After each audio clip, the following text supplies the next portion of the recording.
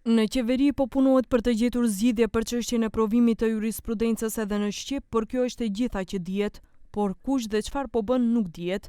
Për këtë u pyet edhe kryeministri Hristian Mickoski, i cili nuk dha asnjë detaj, madje as se nga kush përbëhet komisioni që po punon për të gjetur zgjidhje. Се работи, кога ќе имаме повеќе за јавноста ќе дадеме информација.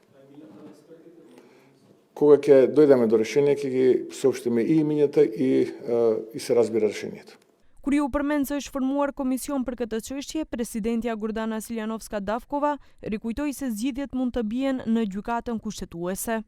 Ова со комисиите нека седнат, меѓутоа постојат устав, постои во делот рамковниот договор е внесен и постојат меѓународни правила.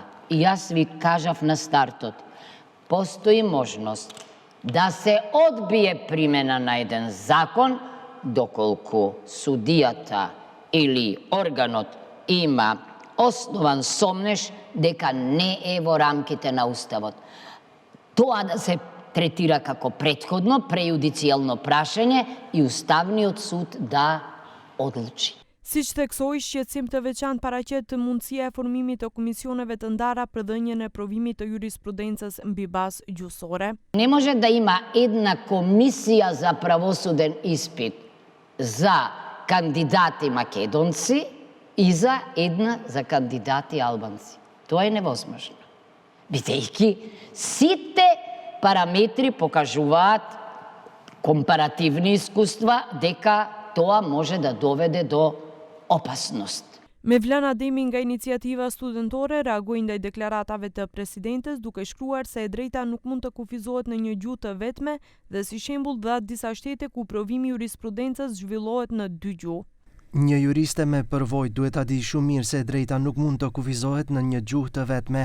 Praktika ndërkombëtare e dëshmon qartë. Në Finland, provimi jurisprudencës zhvillohet në 2 gjuhë, finlandisht dhe suedisht. Në Zvicër, kandidati zgjedh vetë gjuhën në të cilën testohet. Në Belgjik, sistemi funksionon me procedura të ndara sipas gjuhës, flamane ose frenge.